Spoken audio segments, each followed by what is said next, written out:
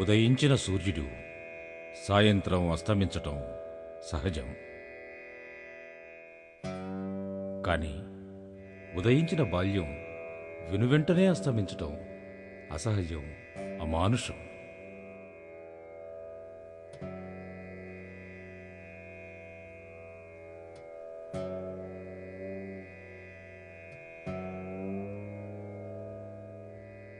సంతోషంగా ముందడుగు వేయాల్సిన బాల్యం సందేహాలతో వెనుదిరిగి పారిపోతోందా?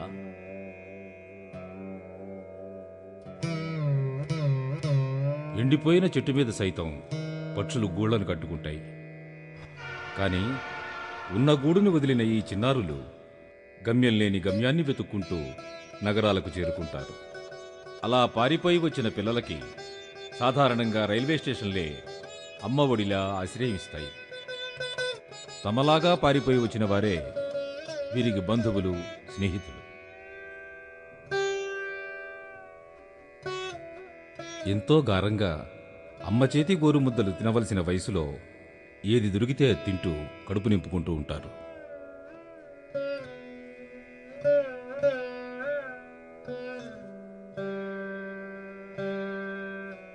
ఏదీ దొరక్కపోతే ఆకలి మంటల్ని కన్నీళ్లతో, మంచినీళ్లతో చల్లార్చుకుంటారు. ఎక్కడ పడితే అక్కడ ఆదమరచి నిద్రపోతూ ఉంటారు.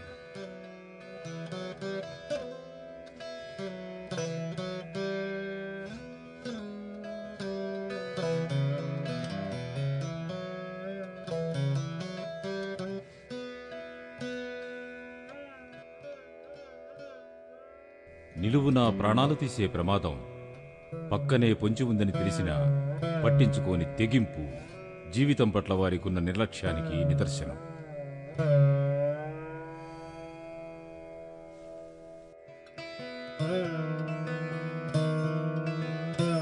మనం పనికిరావని పారేసిన వస్తువులే వారికి ఆదాయాన్నిచ్చే మార్గాలు. చిత్తు కాగితాలు, ఖాళీ సీసాలు అమ్ముకుంటూ కాస్తో కూస్తో సంపాదనకి అలవాటు పడతారు.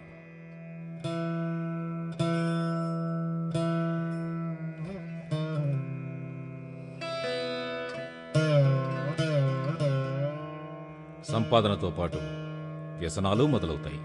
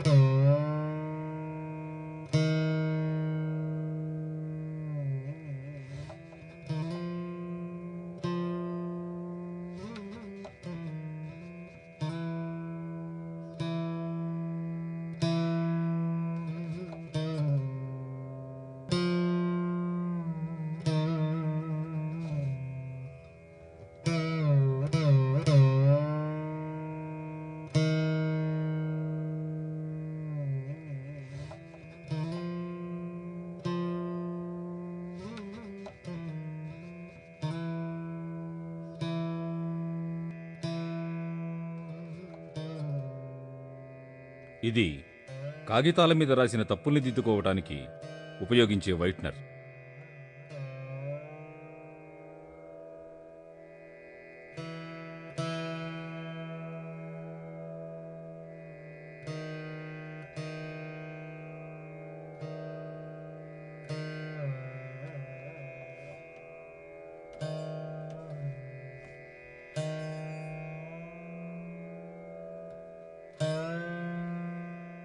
ఈ వైట్నర్తో వీళ్లు జీవితంలో సరిదిద్దుకోలేని తప్పు చేస్తున్నారు.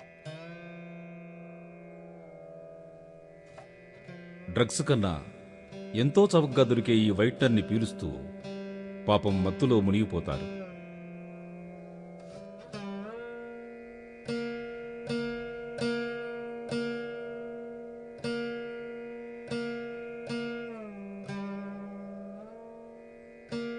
ఆటపాటలతో గెంతాల్సిన బాల్యం ఇలా మత్తులో పడి మతి చెడి విరంగం వేస్తుంటుంది.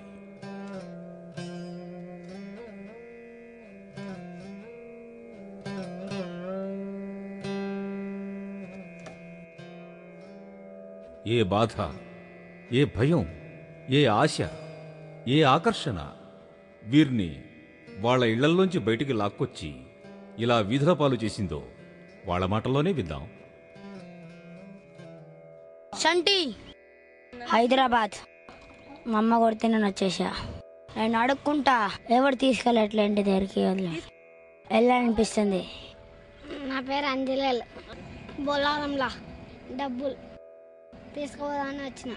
తీసుకొని వచ్చినాడంటే ఇంటికాడ నుంచి. నేను చెప్తాను రండి. నా పేరు హబీబ్. మా ఇంట్లో వాళ్ళు ఏం చేయలా. మా ఇంట్లో వాళ్ళు చెప్పి రాలా. నేను ఒక అమ్మాయికి కజిల్లిస్తే వాళ్ళు స్కూల్లో వాళ్ళు కొట్టారు. వాళ్ళ నాన్న చైర్మన్ వాళ్ళ కోసం తిరుగుతున్నాడని నేను ఇటు వచ్చేసా. ఆ అమ్మాయి నాకు కుట్టిపించింది. రాత్రి ఏం చెప్పిందంటే పొద్దున్నే 7:30 గంటలకి రామని చెప్పింది. 7:30 క్లాక్ అంది. నేను వచ్చా. పక్క సందులో వెళ్దాం బా అంటే వెళ్ళాము. వెళ్తే సార్ వాళ్ళు పట్టుకున్నా. బాగా పరిగెత్తిచ్చా చాలా దూరం. డబ్బులు నాకేం అవసరం లేదు సార్. ఆ పిల్ల కావాలా. దానికి వదలనుగా నేను. అసలు వదలను దానికి. 10 రోజుల తర్వాత వెళ్ళి కొడతాను నేను. చైర్మన్ చేసేయాల. అబ్బో, షూటింగ్ తీస్తున్నారుగా, తప్పు అయిపోయింది. కట్ చేసి ఇమ్మని చెప్పండి. విజయవాడ నేను వచ్చి 3 సంవత్సరాలు అయింది. ఇంట్లో గొడవ వచ్చేసి మా నాన్న తాగుతాడు. ఇంట్లో బాగా కొట్టాడేస్తుంటాడు. నాన్నకి పడదు. ఇంట్లో వచ్చేసి రోజుకి 150 రూపాయలు సంపాదిస్తాను. బాధలు మర్చిపోయి తాగుతున్నాను సార్. దగ్గర ఉంటాను సార్. మనకి అలవాటు పడ్డాం కదా తిరుగుడు బాగా. కడప జైల్లో నుండి వచ్చేసినాం. చేయి కొరికినాం పోలీసు వాళ్ళు. పట్టించుకునే వాళ్ళు ఉంటే బాగుపడతారు. ఎవరైనా బాగుపడతారు. నేనే ఎందుకు? ఎవరు వస్తారండి ఇక్కడ? మన బట్టలే చూస్తే చిచి అంటారు. ఇంకెవరు వస్తారు?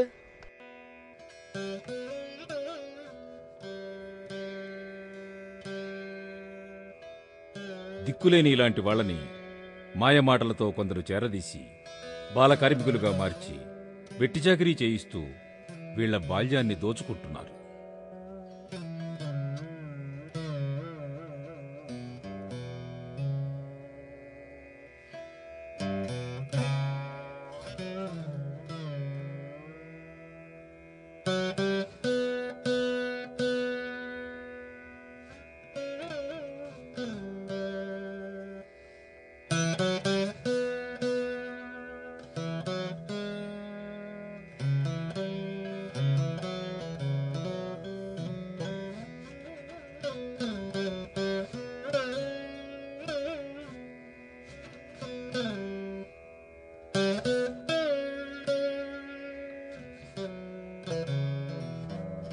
ఏదో ఒక సమస్య నుంచి దూరంగా పారిపోయి వచ్చిన వీళ్లకి ఆ సమస్య తమతోనే ఉంటుందన్న నిజం పాపం ఎప్పటికీ తెలియదు. అందుకనే అతి చిన్న సమస్యని పెద్ద సమస్యగా చేసుకుని సమాజానికే సమస్యగా మారుతున్నారు.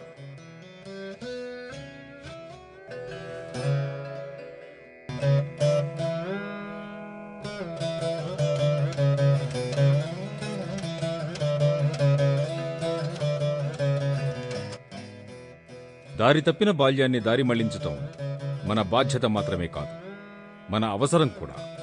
లేకపోతే రేపటి పౌరులుగా మారాల్సిన ఈ బాలలు సంఘ విద్రోహ శక్తులుగా మారి వారి భవిష్యత్తుతో పాటు దేశ భవిష్యత్తును కూడా అగమ్యగోచరంగా మారుస్తారు. జీరో ఒక్కటే ఉంటే దానికి విలువ లేదు. దాని ముందు ఓ అంకె చేరితే జీరోకి విలువ పెరుగుతుంది. వీళ్ళు అంతే. వీళ్ల పక్కన ఓ అండ చేరి ప్రేమగా చేరదీస్తే వీళ్ళు విలువైన వ్యక్తులుగా మారతారు. ఆలోచించండి, అక్కున చేర్చుకోండి.